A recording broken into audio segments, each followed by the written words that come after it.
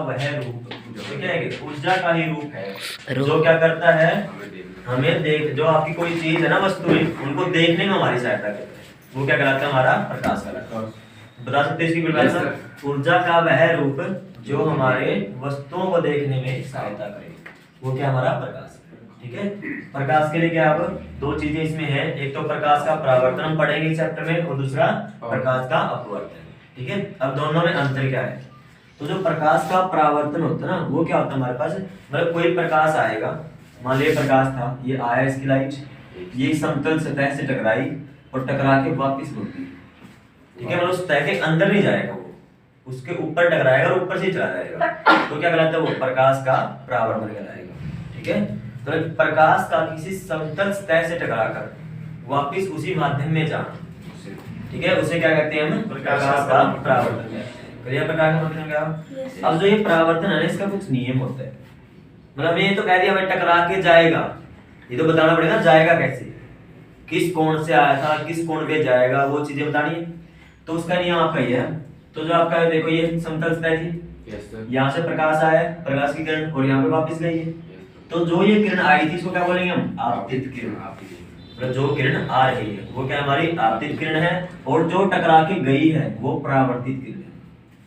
ठीक है, जो टकरा के जाएगी वो क्या कहलाएगी, परावर्तित किरण। ठीक है, और तीसरा जो ये हमने डॉटेड ड्रा किया है, इसको क्या बोलते हैं, अभिलंब। ठीक है, अभिलंब क्या है, जो यहाँ पे 90 का कोण है, ठीक है, इसके 90 के ऊपर आपका क्या आ जाएगा, कट करेगा ये, ठीक है, अभिलंब है। अब इसका नियम क्या कहता है हमारे पास, और जो आई आपको दिख रहा है, तो आई क्या कराएगा, आपतित कोण, और जो आर है आपका परावर्तित कोण।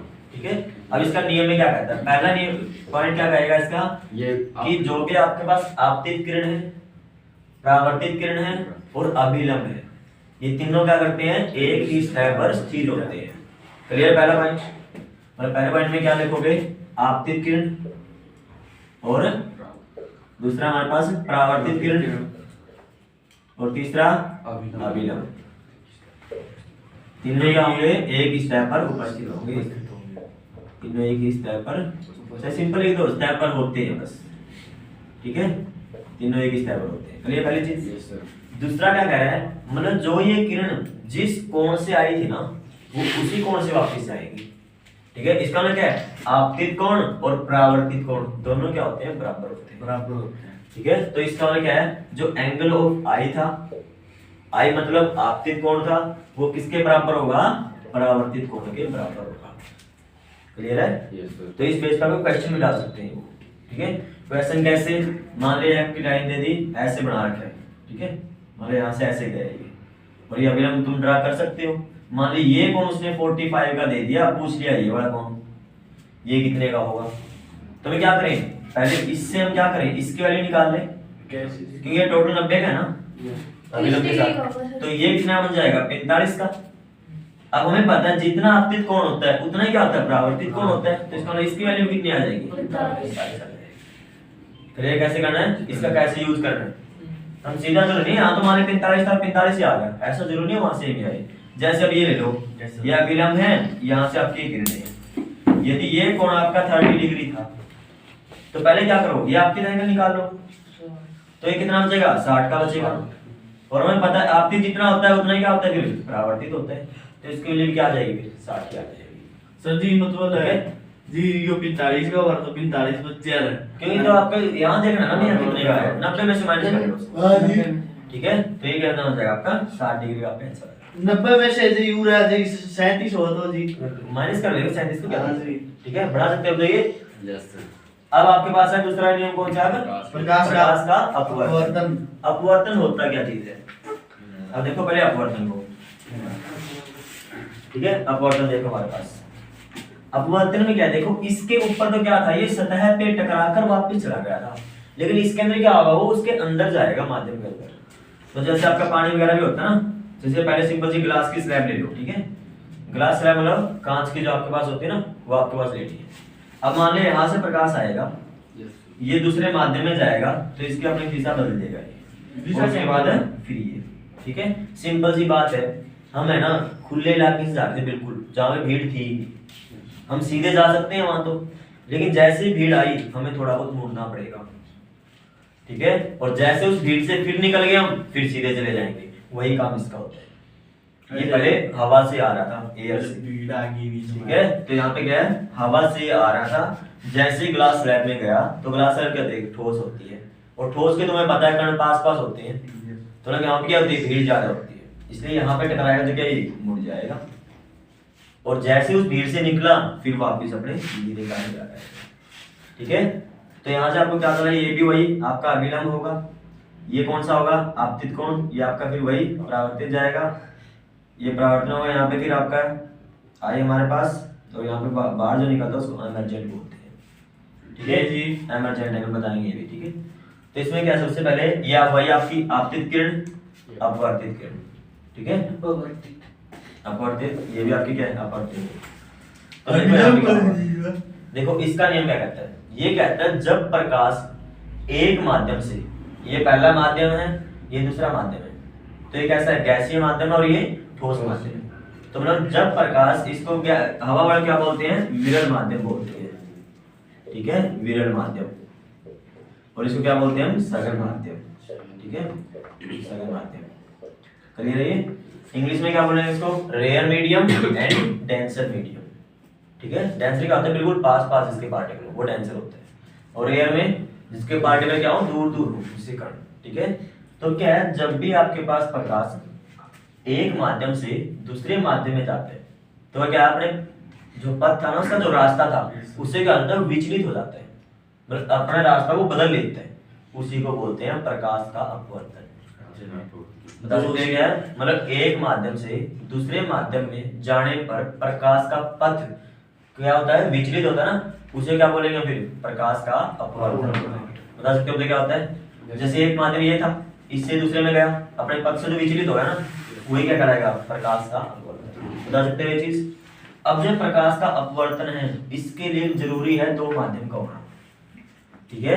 तो एक माध्यम अलग मिलेगा, दूसरा आपका अलग होगा। माध्यम कैसे भी, जैसे पहले यहाँ पे क्या था, वो हवा के अंदर से आ रहा था, तो हवा क्या था, उसका माध्यम था।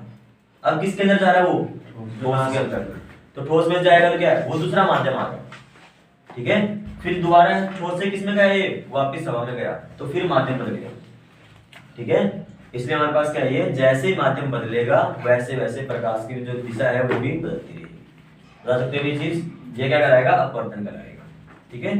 अब अपवर्तन का भी क्या एक नियम है, तो ये नियम क्या कहता है, जो भी आपके पास ये आपतित किरण है, अपवर्तित किरण है, और जो ये अभिलंब है, तीनों एक ही स्तर पर मिलेंगे, वो भी कहां पर, जहां पे वो टच हुए आपस में, और जहां पे वो मिले है ना, मिलने वाले जो बिंदु है, उसमें क्या रहेंगे, एक ही स्तर पर रहेंगे। तो पहला नियम तो वही सेम है, चलिए पहले बात तो आपतित किरण, परावर्तित लिखने बस अपवर्तित लिखने, ठीक है। अपवर्तित किरण और अभिलंब तीनों क्या होंगे, एक ही स्तर पर होंगे। करिए पहले दूसरा रूल, ये कहता है जो आपका आपतित कोण था और जो आपका परावर्तित कोण था, हम क्या करें, इसकी साइन वैल्यू निकाल देते हैं। साइन वैल्यू मतलब साइन ऑफ आई बटे में साइन ऑफ आर, ठीक है। इनका जो अनुपात आएगा ना, मतलब रेशियो जो आएगा, वो हमेशा कांस्टेंट आएगा, ठीक है, कांस्टेंट एचआर जो बदलेगा, ठीक है। तो क्या है, साइन ऑफ आपतित कोण एंड साइन ऑफ परावर्तित या अपवर्तित कोण, इन दोनों का रेशियो क्या रहेगा, हमेशा कांस्टेंट मतलब एचआर रहेगा, मतलब जो बदलेगा एचआर मतलब ठीक है, वो वैसे रहेगा, मतलब जैसे आपकी आई की वैल्यू चेंज होगी, आर की वैल्यू चेंज होगी, इनका रेशियो क्या रहना है, बराबर ही रहना। मान लो पहले मान लो एक बार रेशियो में 1/2 आ गया, दूसरा मान लो 3/6 आ रहा है, वैसे पॉसिबल तो नहीं है 3, क्योंकि sin 3 आई की वैल्यू क्या है, कभी 3 हो ही नहीं सकती, क्योंकि उससे बड़ी नहीं होती, ठीक है। मान लो बाय चांस ऐसे है, तो इसको भी डिवाइड करके क्या आएगा, 1/2 ही आएगा, तो ये क्या रहना है, सेम रहना, ठीक है। ये कभी भी चेंज नहीं होगा, बता सकते हो। तो ये क्या आपका अपवर्तन का नियम था, क्लियर है अपवर्तन नियम।